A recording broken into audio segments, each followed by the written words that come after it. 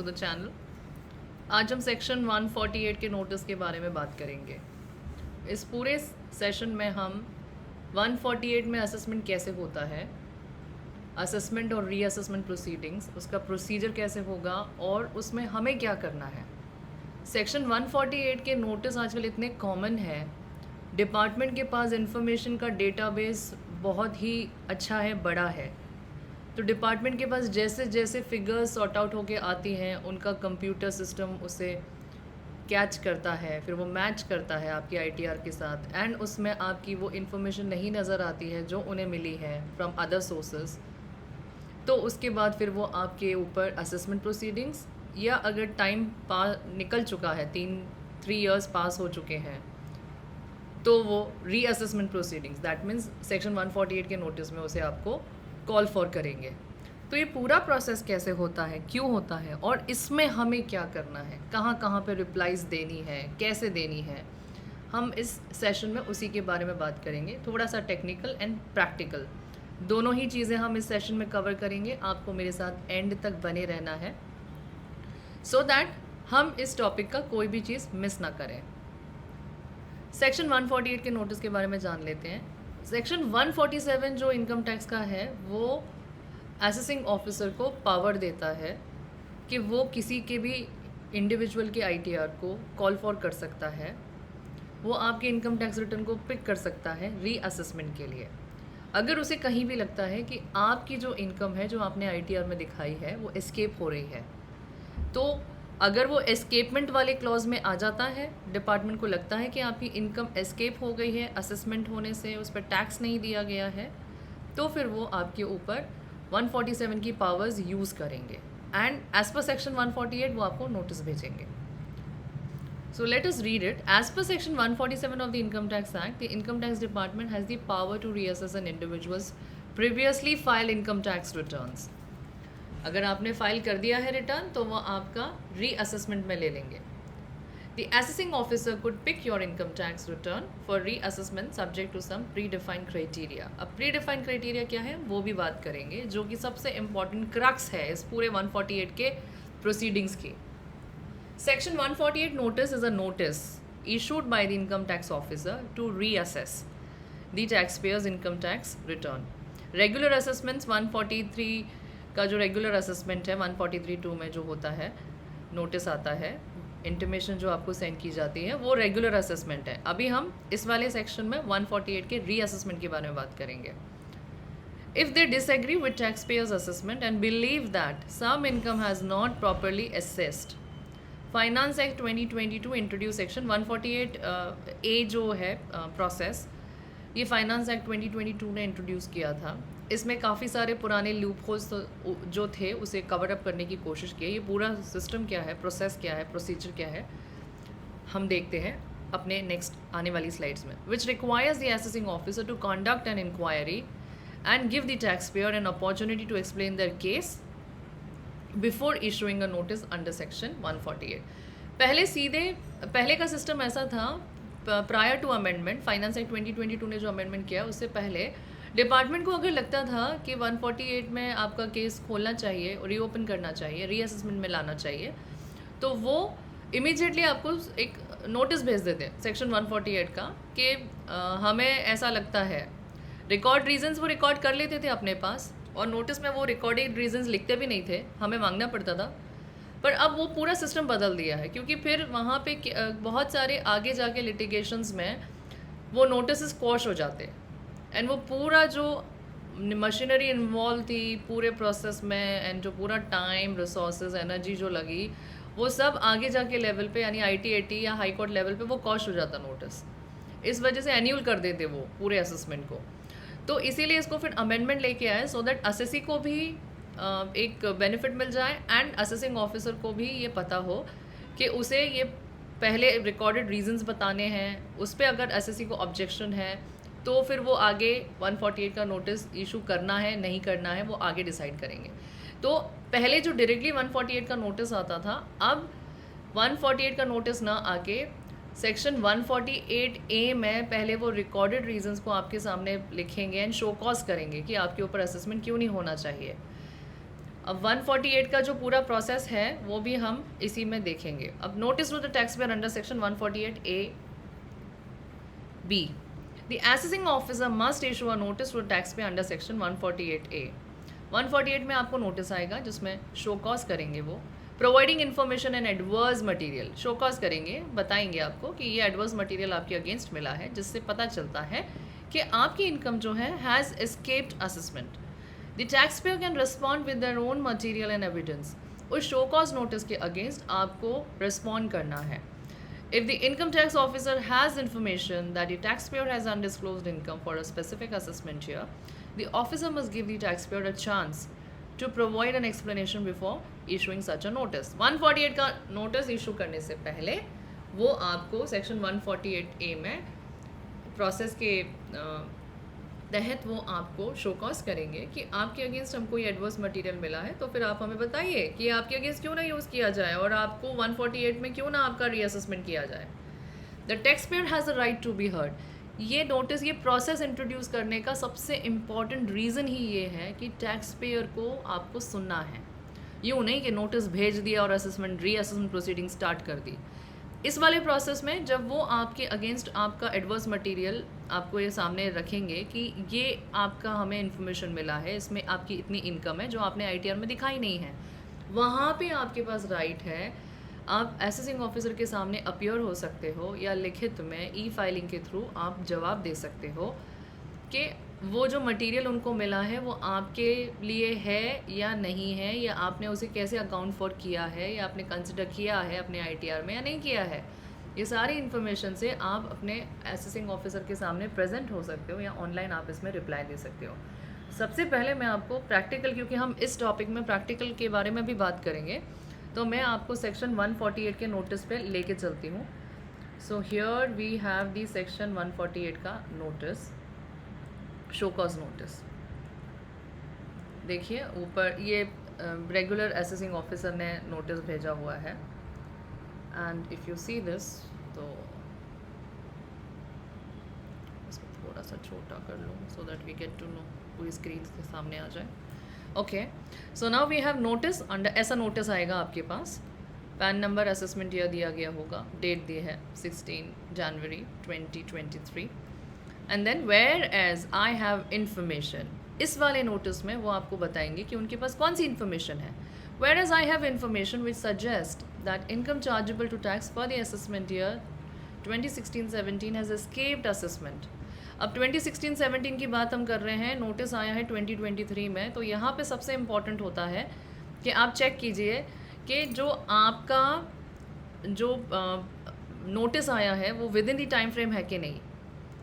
3 years के अंदर notice आना चाहिए from the end of the assessment year. जब आपने जो आपका असेसमेंट ईयर है जैसे 16-17 है, तो 16-17 के 3 साल के अंदर आपके पास रीअसेसमेंट का नोटिस आना चाहिए, या 10 साल के अंदर अगर 50 लाख से ऊपर आपकी इनकम एस्केप हुई है. तो ये हम नेक्स्ट वाली स्लाइड्स में देखेंगे ये वाला क्राइटेरिया. बट मैं क्योंकि नोटिस आया है तो नोटिस को देखते ही सबसे पहले तो हम डेट देखें, डेट पे क्या आया, डेट क्या आया है, फिर उसके बाद हम इसमें आगे चलेंगे. Whereas I have information escaped assessment within the meaning of section 147 में इनकम एस्केपमेंट है, ऐसा ये कह रहे हैं.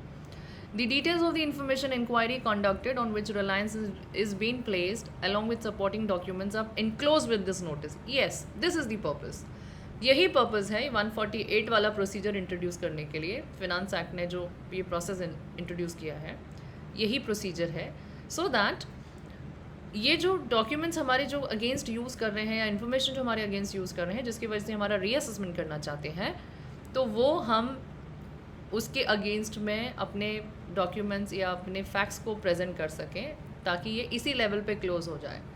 ये प्रोसेस होने के बाद जब हम 148 के इस नोटिस का रिप्लाई देंगे, शो कॉज नोटिस का रिप्लाई देंगे, तो उसे डिपार्टमेंट कंसिडर करेगा एंड फिर 148 इशू करना है नहीं करना है वो उनका depending upon the satisfaction of the AO.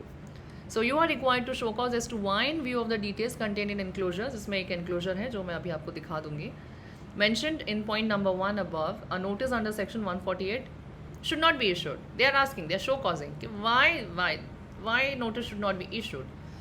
You may submit your reply to this notice along with supporting documents, if any, on the above mentioned issues on or before they have given the date में भी है criteria कि 7 days से लेके वो आपको 15 days 30 days तक का टाइम दे सकते हैं. 30 डेज से ज़्यादा टाइम नहीं देंगे. ये भी हम आगे अपनी स्लाइड्स में देखेंगे. Now we have this annexure. Annexure में उन्होंने बहुत अच्छे से दिया हुआ है कि उनके पास कौन सी इन्फॉर्मेशन है जिसके बेसिस पे ये हमारा रिटर्न इनकम जो है एस्केप हुई है. तो यहाँ पे देखेंगे ये TDS में इनको मिला था 26 फॉर्म 26 ईयर से ये सब आया है. 75 लैक्स का ये एस्केपमेंट बता रहे हैं और इसमें ये लिख रहे हैं you are required to show cause as to why in view of the information cited above a notice under section 148. फिर से it's the same wording. So you में सबमिट द रिप्लाई. जैसे ये नोटिस था हमारा, ये नोटिस जो हमने देखा है this is on 16 January and ये हमसे कह रहे हैं 30 जनवरी तक आपको इसे सबमिट करना है. 15 दिन का टाइम दिया है. आप चाहो तो अगर आपको रिप्लाई करना है तो आप with in the time frame reply कर सकते हैं या आप थोड़े दिन का एक्सटेंशन भी मांग सकते हैं, एडजॉर्नमेंट मांग सकते हैं फॉर एनी अनफॉर्चुनेट सिचुएशन अगर आपके साथ है तो. बट ध्यान रखिएगा 30 डेज से ज़्यादा का टाइम आपको डिपार्टमेंट नहीं देगा. आपको उसके पहले ही रिप्लाई करना है. अगर आप नहीं करोगे department will not wait for your reply. वो इमीडिएटली उनके पास जो ये जैसे ये उन्होंने बोला है 75 लैक्स का एस्केपमेंट हुआ है तो वो 75 लैक्स को ऐड करके उस पर मेरा बना देंगे अच्छा खासा. सो इट्स बेटर हमेशा जब भी आपके पास कोई नोटिस आए, मैं हमेशा आप मेरे सारे वीडियोस देखिएगा, उसमें मैं सब जगह कहती हूँ नोटिस आए चाहे वो आपका हो नहीं हो, आपको पर्टेन करता हो नहीं करता हो. अब अगर मैं ये बोलूँ 75 लैक्स की मेरी प्रॉपर्टी मैंने परचेज़ ही नहीं की है, किसी और ने गलत पैन नंबर डाल के अपडेट कर दिया है, तो भी तो मुझे रिप्लाई तो देना होगा ना. How will the department come to know? अगर मेरा पैन नंबर वहाँ पे है तो डिपार्टमेंट को पता ही नहीं चलेगा कि वो किसका है. रॉन्ग नंबर, अगर रॉन्ग पैन नंबर डला है I will have to tell to the department कि it's a wrong PAN number.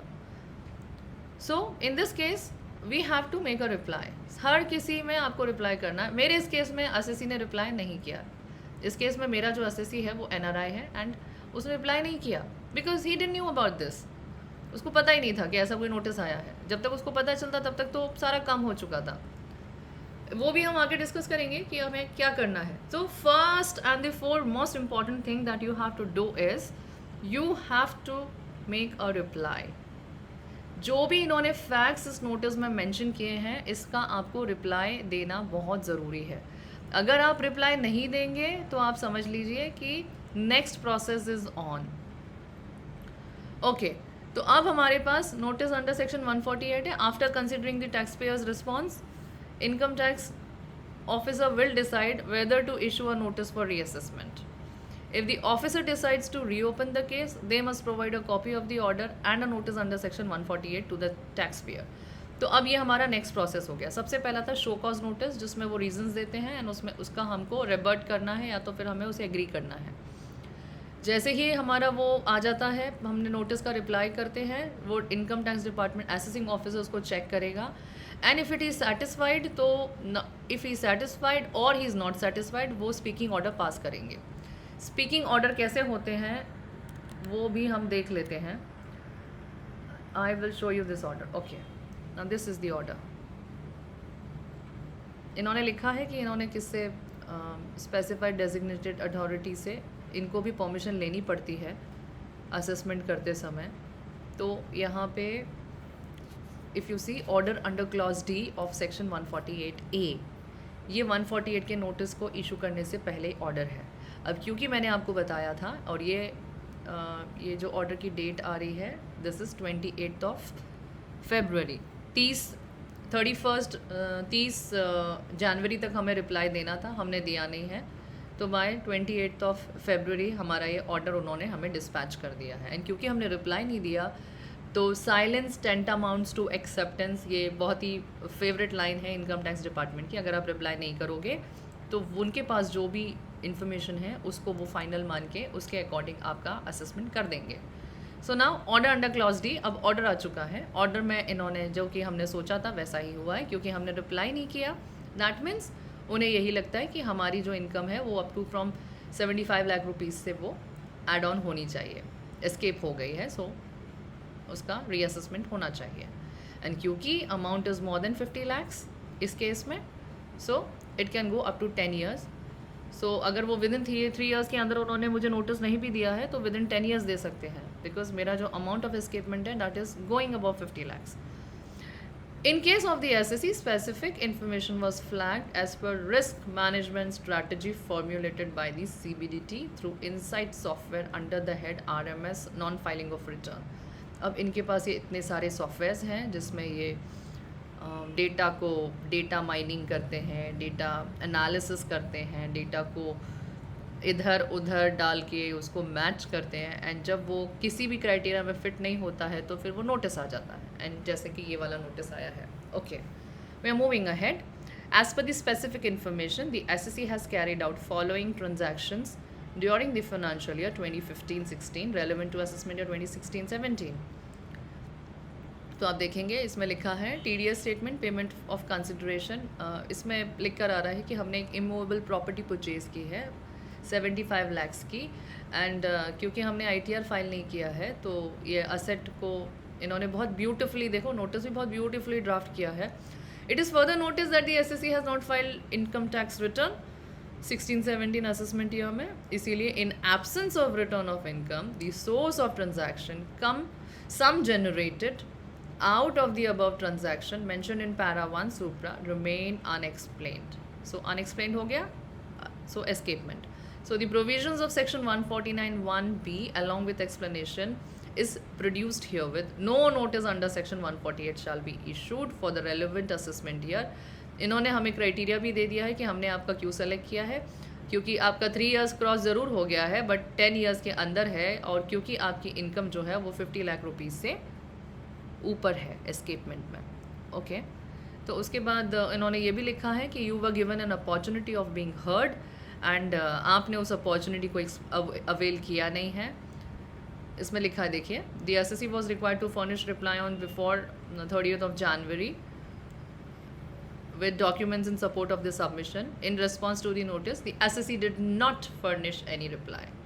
बस ये आते ही डिपार्टमेंट के पास पूरे राइट्स होते हैं. और उन्होंने आगे ये भी लिखा है, the SSC did not seek extension of time as well. तो अगर ऐसा कुछ होता है और आप टाइम भी नहीं मांगते हो, that means the SSC is reluctant, ignorant, वो कुछ एक्सप्लेनेशन करना नहीं चाहता है, क्योंकि जो लिखा है हमने वही सही है. डिपार्टमेंट ऐसा समझ के आगे बढ़ता है. In light of the above facts and on the basis of information available on record, it is considered a fit case for issue of notice under section 148 of the Income Tax Act. This order is passed with the prior approval of the Principal Chief Commissioner of Income Tax. मैंने आपको सबसे पहले ऊपर बताया था, वहाँ पे लिखा था Sanctioning Authority for reopening the assessment proceedings, and फिर उसके बाद notice under section 148 is issued accordingly. तो ये जो हमने प्रोसेस देखा था, ये नया प्रोसेस है जो as per the new assessment policy आया है. अब इसके बाद नोटिस अंडर सेक्शन 148 आपको इशू हो जाएगा. तो however there is evidence of tax evasion of at least 50 lakhs, मेरे केस में येस.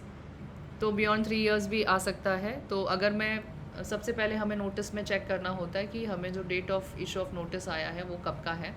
अगर वो 3 साल क्रॉस होके आया है तो हमें चेक करना पड़ेगा कि हमारा 50 लाख से ऊपर का एस्केपमेंट आ रहा है क्या. और अगर 3 साल से नीचे का है और 3 साल से ऊपर चला गया है हमारा नोटिस का डेट, और 50 लाख से नीचे का एस्केपमेंट है, तो फिर वो वॉइड एब इनिशियो है. आपको इमीडिएटली एक अच्छा सा लेटर लिख के देना है कि ये नोटिस टाइम बार्ड है, and accordingly there cannot be any assessment possible, reassessment possible. ये आपको लिखना है.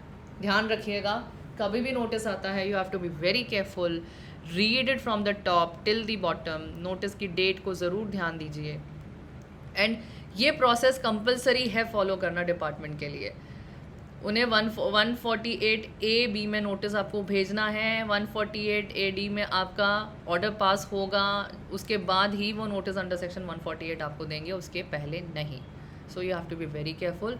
The assessing officer must provide the tax payer with all the material information. ये हम देख चुके हैं. There must be supporting material, yes.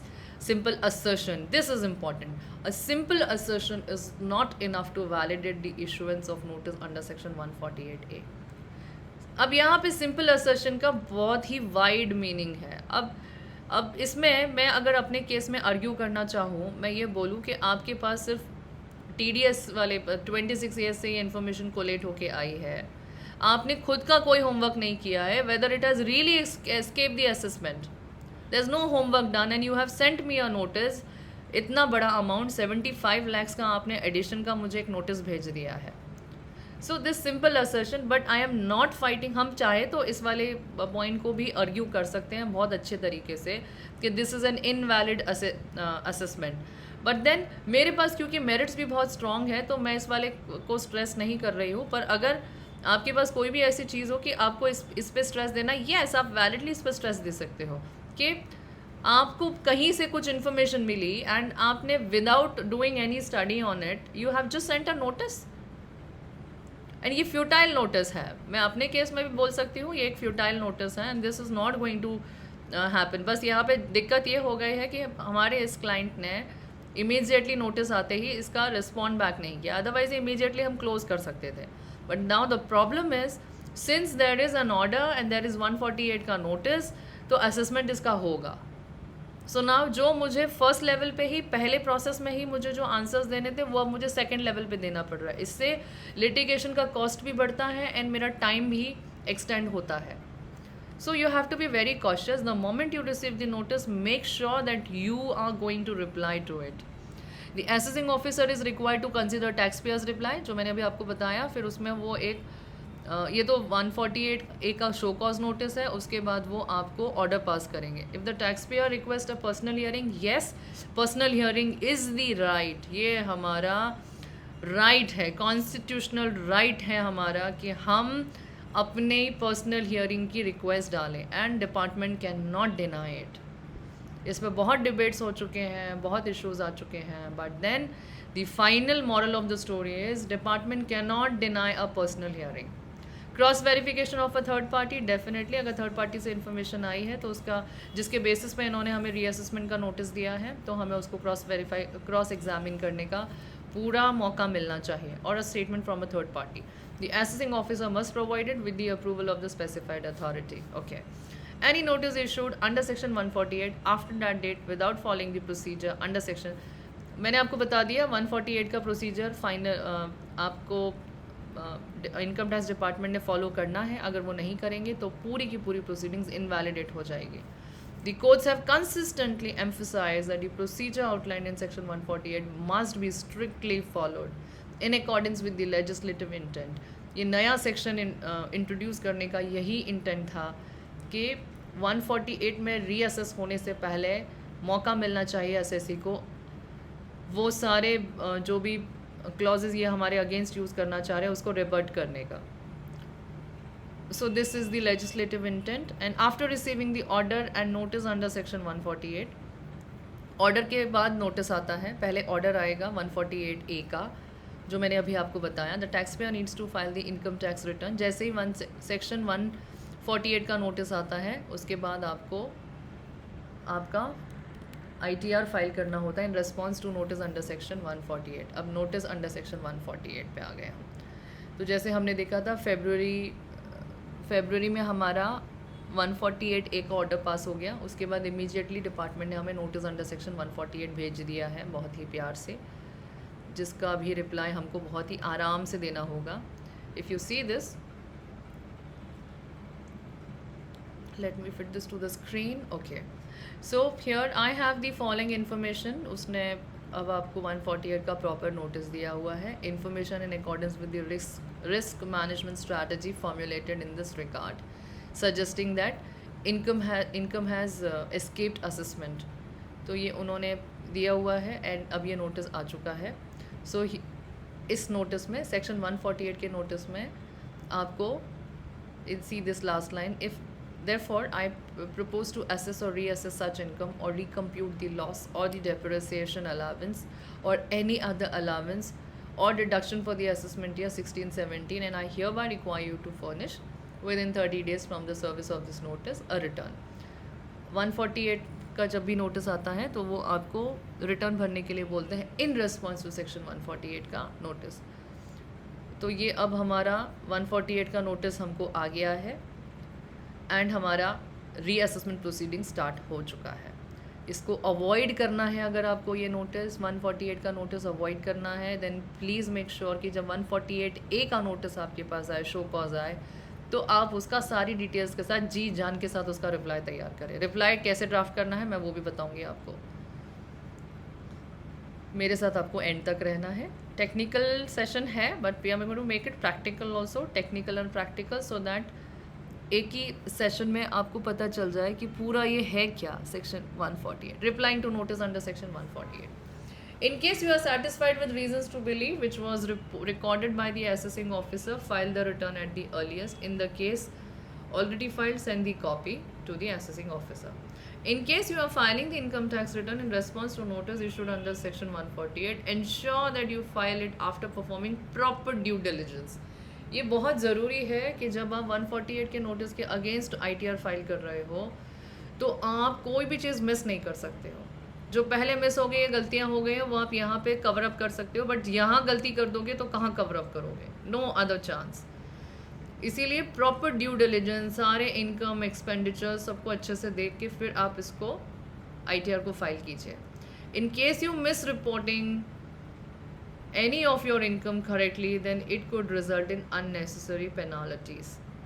If you believe that the notice served is not valid or reasons provided by the assessing officer for opening such assessment under section 147 aren't valid, then you could challenge the validity of such notice before the assessing officer or higher authorities. Yes, आप challenge करना तो हमेशा ही आपका right है.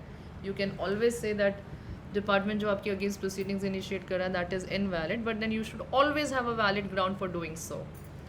In case you win your case, the court will halt the assessment proceedings.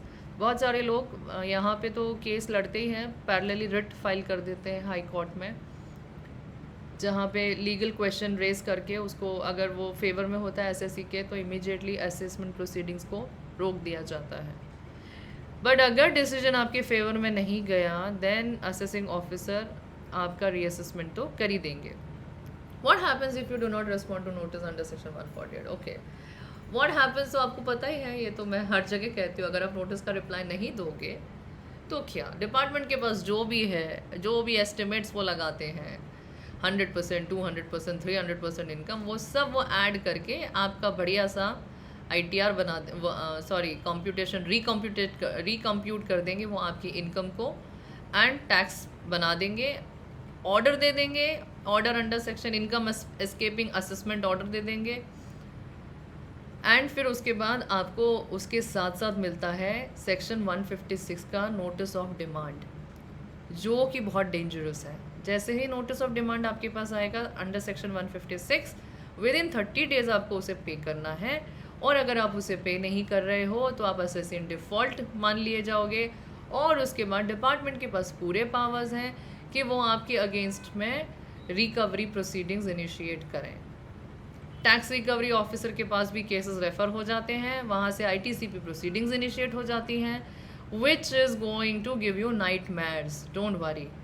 इसीलिए always make it a point that you have to reply to the notice. Replying is the best option that you can do to save yourself from the department. In case you disagree, अब आगे disagree तो अगर आपने disagree तब कर, अभी आपने disagree किया होता तो ऑर्डर तक की नौबत नहीं आती, बट अगर आपको ऑर्डर आ ही गया है, जैसे मेरे इस केस में आ गया है ऑर्डर, तो फिर उसके पास आपके पास एक ही चांस बचता है, ऑप्शन बचता है कि वो आपको इनकम टैक्स कमिश्नर अपील्स पे जाना होगा अपना केस लेके। वहाँ भी वही काम करना है जो आपको यहाँ करना था, अपना केस प्रेजेंट करना है। वहाँ पे थोड़ा और ज़्यादा टेक्निकल हो जाता है, फॉर्म नंबर 35 में अपील फाइल करनी पड़ती है, statement of facts, grounds of appeal, फिर उसके बाद केस हियरिंग पे आएगा, फिर written submissions, ground wise written submissions, case laws हमारे फेवर में, हमारे नॉट फेवर में, इन सब के बारे में आपको वहाँ देखना पड़ेगा, जो कि बिकॉज दी एपिलेट अथॉरिटीज़ का अब वहाँ पे इन्वॉल्वमेंट आ गया है, तो आपको आपका प्रेजेंटेशन, आपको आपका रिप्लाई उसी अकॉर्डिंग देना होगा। एंड फिर उसके बाद नेक्स्ट हमारी आती है इनकम टैक्स एपिलेट ट्राइब्यूनल। सो हमें बहुत केयरफुली इन चीज़ों को डील करना है एंड हमें ध्यान रखना है कि हम कोई भी गलती ना करें अपने रिप्लाईज देने में। So now we have online filing of the reply before the AO and written submissions before the CIT. AO के सामने हम अपने रिप्लाईज़ को देते हैं और रिटर्न सबमिशंस हमेशा हम CIT अपील के सामने देते हैं। CIT अपील के सामने जब भी हम रिटर्न सबमिशंस देते हैं वो ग्राउंड वाइज रिटर्न सबमिशंस होते हैं। तो अगर आपके पास ऐसा कोई नोटिस है तो मेरे पास देखिए, ये तो जब भी 148 का नोटिस आ गया, फिर उसके बाद अभी तक तो असेसिंग ऑफिसर इस केस को डील कर रहा था, तो जैसे ही हमारे पास नोटिस आ गया असेसमेंट यूनिट से, नेशनल फेसमेंट असेसमेंट सेंटर से, NFAC, अब ये केस हमारा NFAC को मूव हो गया है, तो अब हमें जो भी रिप्लाईज करनी है वो NFAC को करनी होगी। सो नाउ 148 के नोटिस के बाद इमीडिएटली हमारे पास intimation to assessee for completion of assessment in accordance with procedure of section 144B आ गया। तो क्योंकि मैंने रिप्लाईज नहीं किए थे इसीलिए हमें यहाँ तक आना पड़ा, तो अब हमें केयरफुली होना है। अब मेरे पास ये एक रिप्लाई है जो मैंने रिप्लाई अपना बनाया है। रिप्लाई आपको बहुत अच्छे से देना है। मैंने इसमें बहुत फैक्ट्स लिखे हुए हैं कि मेरा ये जो पर्सन है, ये जो असेसी है, ये he doesn't belong to he is not the national of this country and he is not required to file the ITR, इसलिए there is no escapement। मैंने sources of funds भी दिए हुए हैं कहाँ से आए हैं, तो ये unexplained नहीं है। मैंने इस पूरे रिप्लाई में उसे एक्सप्लेन किया हुआ है। आपको ये रेडी रिप्लाई मेरे चैनल पे मिल जाएगा, इंस्टा मोजो वाली लिंक पे, वहाँ से आप इसको ले सकते हैं। और मेरे पास वहाँ पे मेरी इंस्टा मोजो लिंक पे बहुत सारे फॉर्मेट्स हैं, आपको डिस्क्रिप्शन बॉक्स में उसका लिंक मिल जाएगा। बहुत सारे फॉर्मेट्स से ऑलमोस्ट हर नोटिस का रिप्लाई है, रिटर्न सबमिशंस भी हैं CIT अपील के सामने जो हमने बनाए हैं। इसके अलावा भी अगर आपको कोई ऐसा लगता है कि वहाँ नहीं मिल रहा है तो आप मुझे लिखिएगा, मैं आपको वो ईज़िली ढूंढ कर दे दूँगी।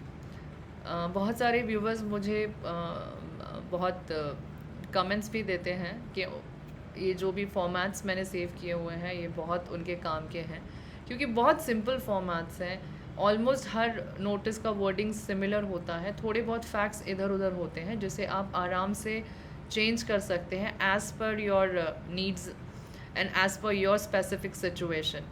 सो नोटिस जब भी आए उसको डील कीजिए, don't run away from the notice, उसको पेंडिंग में मत रखिए। जो काम आपको एक हफ्ते बाद करना है वो काम आप अभी से स्टार्ट कीजिए सो दैट आप टाइमली कंप्लाई कर सकें। टाइमली कंप्लायंस फेसलेस में बहुत इंपॉर्टेंट है, बिकॉज आप डिपार्टमेंट के सामने जाके अपना एक्सप्लेनेशन नहीं दे पा रहे हो। सो जो भी आप दे रहे हो आप ऑनलाइन में दे रहे हो, तो ऑनलाइन में भी जब आप कोई इन्फॉर्मेशन देते हो तो उसकी ड्राफ्टिंग इतनी परफेक्ट होनी चाहिए। आप जो कहना चाह रहे हो, जो आप शब्दों में बोल सकते हो, उसे आपको लिखित में भी देने में आपकी एक्सपर्टीज़ होनी चाहिए, क्योंकि जब तक आप एक्सप्रेस नहीं कर पाओगे अपने आप को लिखित में, department will not come to know, because this is a faceless era. Online replies हम फाइल करते हैं।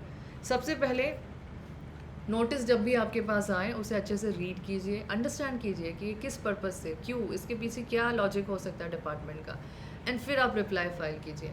कहीं भी आपको कोई कन्फ्यूजन होता है, कोई नोटिस में ऐसी क्लैरिटी नहीं आ रही है, तो आप मुझे भेजिएगा, मैं उसको देख के आपको एक्सपर्ट असिस्टेंस दूंगी। Don't worry at all. Notice ज़रूर आते समय थोड़ा घबराहट होती है, बट रिप्लाई करना is only the key. Reply से ही आप अपने आप को बचा सकते हो, otherwise you don't have a choice. तो नोटिस आए तो आप उसका रिप्लाई कीजिए। सेक्शन 148 के बारे में, 148 के ए के प्रोसीजर के बारे में हमने इस पूरे वीडियो में बात की। I hope this was very useful to you. और अगर कोई दिक्कत आती है आपके पास या आपके पास कोई इश्यूज़ हैं तो आप मुझे कमेंट सेक्शन में ज़रूर लिखिएगा। कमेंट सेक्शन के सारे रिप्लाईज़ मैं देती हूँ, जो भी मेरे लिए कमेंट्स आते हैं उनके रिप्लाईज़ देना मैं बहुत ही अपना एक पैशन समझती हूँ, and I reply to all of them. So कोई भी दिक्कत हो आप मुझे बताइएगा। और also you can write to me at support@condesh.in। We are always active on the email. So मिलते हैं अपने नेक्स्ट वीडियो में। I hope this was very helpful and this is going to take you a long way. मिलते हैं अपने next video में, तब तक टेक केयर। जय हिंद।